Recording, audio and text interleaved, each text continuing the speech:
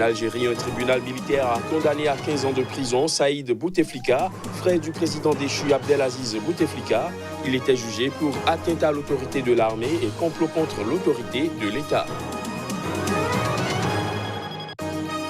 Au Gabon, la nouvelle Cour constitutionnelle a prêté serment ce mardi à Libreville. C'était devant le président Ali Bongo Ondimba, de retour d'un séjour à Londres, où il suivait des examens médicaux de routine.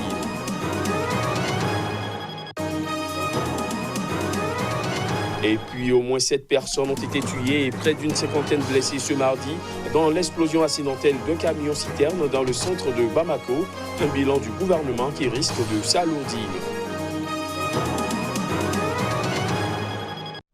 Voilà pour les titres. Bonsoir à tous. En Algérie, un tribunal militaire a condamné à 15 ans de prison Saïd Bouteflika, frère du président déchu Abdelaziz Bouteflika. Il était jugé pour atteinte à l'autorité de l'armée et complot contre l'autorité de l'État. Des précisions à travers ces images. 15 ans de prison, c'est la peine à laquelle Saïd Bouteflika, frère du président déchu Abdelaziz Bouteflika, a été condamné par un tribunal militaire algérien. Le parquet de Blida a requis mardi 20 ans de prison pour Saïd Bouteflika, qui s'était imposé comme l'homme fort du régime, et pour les autres prévenus jugés dans ce procès, ouvert lundi, loin des caméras. Seuls les avocats et les familles des accusés avaient le droit d'assister aux audiences. Ce procès emblématique a lieu après une vague d'arrestations massives dans l'entourage d'Abdelaziz Bouteflika, contraint à la démission début avril, après des mois de mouvements de contestation inédits. Le général Toufik et son successeur à la tête du renseignement, Atman Tartag, ainsi que la secrétaire générale du Parti des travailleurs, Louisa Hanoun, jugés dans la même affaire devant le tribunal militaire de Blida, au sud d'Alger, ont écopé de la même peine. Le tribunal a également condamné à 20 ans de prison l'ancien ministre de la Défense et ex-chef d'état-major de l'armée, Khaled Nezar, son fils Lotfi, ainsi que Farid Ben Hamdine, gérant de la société algérienne de pharmacie, tous les trois jugés par contumace dans la même affaire. Il faut dire que les prévenus étaient tous jugés pour atteinte à l'autorité de l'armée et complot contre l'autorité de l'État. Au Gabon, la nouvelle Cour constitutionnelle a prêté serment mardi à Libreville. C'était devant le président Ali Bongo Ondimba, de retour d'un séjour à Londres où il suivait des examens médicaux de routine. Les détails. Alors que ses apparitions publiques restent rares, 11 mois après son accident vasculaire cérébral, la présidence avait annoncé début septembre que le président Ali Bongo était en séjour privé dans sa résidence londonienne où il suivait des examens médicaux de routine mais restait aux commandes du pays. Elle réagissait à un article de l'agence Bloomberg qui assurait, selon des sources anonymes, que le président gabonais avait été hospitalisé dans la capitale britannique car son état de santé s'était détérioré. Sur les photographies prises mardi par les services de la présidence et diffusées sur les réseaux sociaux, le chef de l'État se tient debout aux côtés des 9 juges de la Cour constitutionnelle, dont la présidente Marie-Madeleine Mborantouo, qui a été reconduite dans ses fonctions. En octobre, Ali Bongo Ondimba, réélu en 2016, aura passé 10 ans à la tête du Gabon, pays pétrolier d'Afrique centrale, où il a succédé à son père, Omar Bongo, qui dirigeait le pays depuis 1967. En bref, au Sénégal, la confrérie musulmane des Mourides, l'une des plus influentes du pays, inaugure vendredi à Dakar une très grande mosquée après 10 années de travaux financés par les fidèles. Un événement majeur dans un pays à plus de 90% musulmans. Construite à l'initiative des Mourides, elle est implantée dans un ancien site marécageux de 6 hectares mis à disposition par l'État dans le quartier populaire de Bop. L'édifice est recouvert de marbre de Carrare et est présenté par la confrérie comme la plus grande mosquée en Afrique de l'Ouest. La mosquée est dénommée Massalikul Jinan, qui signifie les chemins du paradis, se veut ouverte à l'ensemble des fidèles musulmans du pays. Au moins 7 personnes ont été tuées et près d'une cinquantaine blessées mardi dans l'explosion accidentelle d'un camion-citerne dans le centre de Bamako. Il s'agit là d'un premier bilan du gouvernement malien qui risque de s'alourdir vu l'état de certains blessés. Voici les images. Pour une raison encore inconnue, un camion-citerne a explosé en plein centre de la capitale malienne, plus précisément au quartier dit Badalabougou.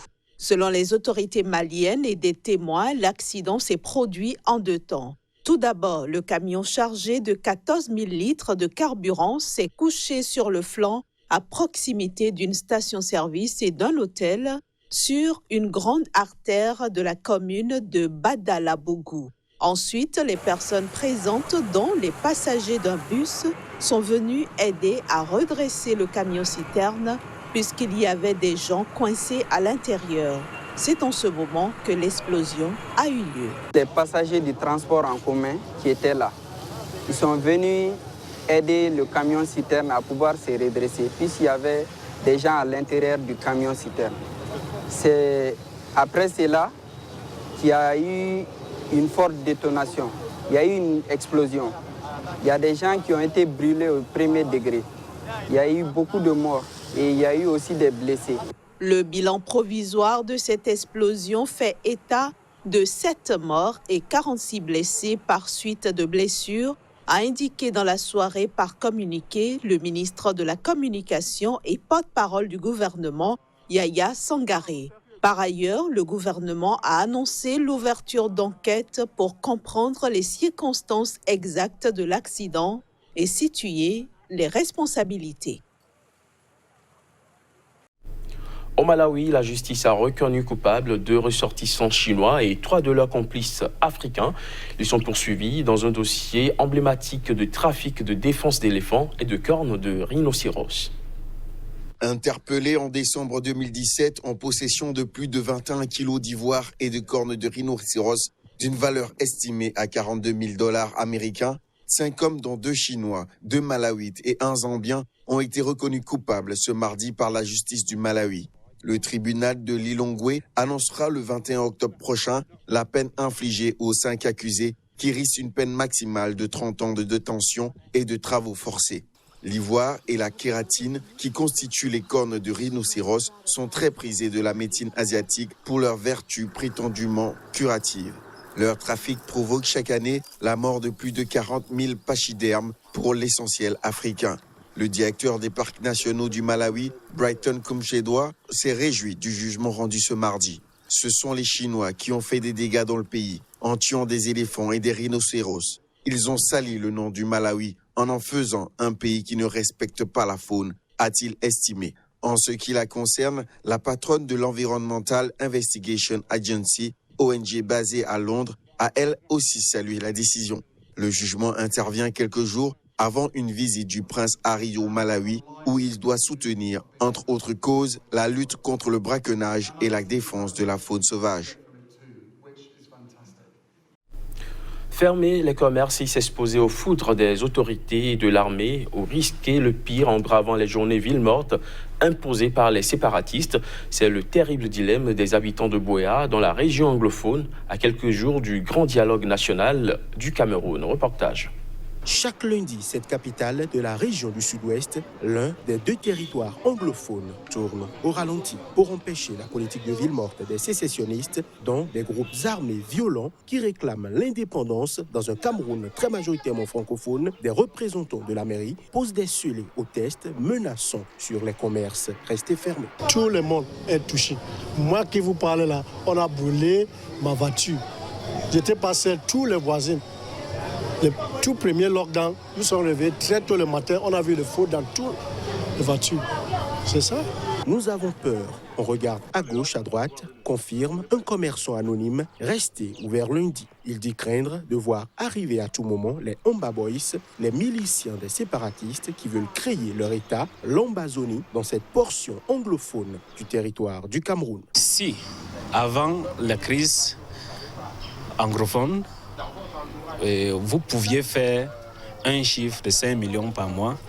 Aujourd'hui, vous n'êtes plus capable de faire 500 000. Donc, c'est une chute libre. Toutes les personnes approchées à Buea affichent leur lassitude, mais attendent peu du grand dialogue national que le président Paul Biya, qui dirige le Cameroun d'une main de fer depuis 37 ans, a fini par concéder il y a 2 semaines. C'est très mauvais. Ça fait 3 ans aujourd'hui que nous souffrons. Nous avons donc vraiment besoin de paix. Nous prions pour que, concernant le dialogue qui arrive, nous prions pour que tout aille bien afin que la paix règne et que notre pays redevienne ce qu'il était auparavant. Il se tiendra du 30 septembre au 4 octobre, mais à Yaoundé, la capitale, sous l'égide du Premier ministre, et sera boycottée par nombre de mouvements séparatistes anglophones et certains partis de l'opposition camerounaise, dont de nombreux cadres et leaders sont emprisonnés. Nombre d'anglophones prônent la partition, se disant étrangers au reste d'un pays à plus de 80% francophone et dont le pouvoir, selon eux, accapare les postes et les richesses. Restons au Cameroun où Camerco se lance dans le courrier Express. Dénommé Express Courrier by Camerco, ce nouveau service devrait permettre à la compagnie aérienne nationale d'expédier par voie aérienne des dépêches à destination des grandes villes camerounaises. Sa présentation a été faite à Douala lors d'une conférence de presse. Narcisse Oum était présent à cette occasion. Express Courrier by Camerco, c'est le nouveau produit présenté ce jour à Douala par la compagnie nationale aérienne camerounaise pour accroître ses recettes. Express Courrier, il a pour objectif de permettre aux entreprises, mais également aux particuliers qui le souhaiteraient, de pouvoir déplacer leurs produits d'un point à l'autre du Cameroun dans des délais très très brefs et dans de très bonnes conditions de sécurité et de sûreté. Ces différentes destinations sont les 7 capitales régionales desservies par la compagnie sur les 10 que compte le Cameroun. Nous pensons que c'est un produit qui va apporter un souffle à l'économie tout entière. Dans un début, le service sera prioritairement destiné aux entreprises spécialisées dans la messagerie ainsi qu'aux particuliers. Il s'agira donc de transporter des courriers légers à destination de plusieurs villes du pays. C'est dans le métier même du transporteur de pouvoir transporter les biens et les personnes. Et nous avons pensé que ce pan d'activité n'était pas encore suffisamment exécuté par notre compagnie. Nous avons cru devoir le faire après quelques études qui étaient menées sur le terrain. Le lancement de ce service courrier de Camerco ouvre inévitablement la voie à la relance de ces vols cargo abandonnés depuis plusieurs années.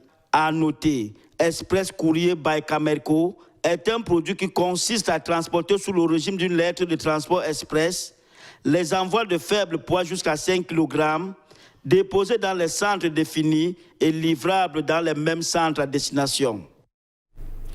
Environ 10 000 touristes se trouvaient en Tunisie lors de la faillite de Thomas Cook, dont 4 500 Britanniques qui sont en train d'être rapatriés. C'est ce qu'a indiqué le ministère du Tourisme tunisien. Le gouvernement britannique a affrété des avions pour rapatrier ses ressortissants jusqu'au 6 octobre prochain. Reportage. Outre les Britanniques, parmi les autres touristes figurent des Belges qui seront rapatriés par leur gouvernement et des Français et Allemands dont la situation ne nécessite pas de rapatriement, a indiqué le ministère. Le marché est très faible de Thomas Cook sur la Tunisie et il représente 3,5% de marché global. Thomas Cook Angleterre, actuellement, il est à 107 000 clients depuis le 1er janvier, alors qu'on est à 7 millions de touristes aujourd'hui qui sont rentrés en Tunisie. Les réservations annulées pour l'arrière-saison représentent environ 30 à 40 000 séjours, a-t-il ajouté. Le 9 millions, on va arriver avec ou sans Thomas Cook, parce qu'on estime que Thomas Cook aurait fait jusqu'à 31 décembre encore 40 000 clients. Mais les 40 000, peut-être on va récupérer 20 000 par d'autres TO anglais, mais ça ne va pas jouer sur le nombre total. Le voyagiste a fait faillite avant d'avoir réglé les factures pour la haute saison estivale, laissant plus de 60 millions d'euros d'impayés selon les premières estimations de la Fédération tunisienne de l'hôtellerie. La FTH a appelé l'État tunisien à soutenir les hôtels touchés par des crédits d'impôt et autres facilités. Donc au moment de la faillite de Thomas Cook, il y avait 10 000 à peu près ressortissants européens. On va 4 500 britanniques, 2 500 français, 2 500 allemands et le reste c'est la Belgique, la Hollande et le reste. Mais encore les grands opérateurs, tour opérateurs ont encore leur place. Ils ont encore de beaux jours devant eux, mais l'Open Sky, je pense que c'est vraiment une réponse à la crise que nous venons de vivre. Surtout que pour nous, les hôteliers, ça rééquilibrera le rapport de force que nous avons avec les tours opérateurs. Le pionnier des voyagistes a brutalement fait faillite lundi, contraignant les autorités à lancer immédiatement un rapatriement hors norme de ses quelques 600 000 clients en vacances dans le monde.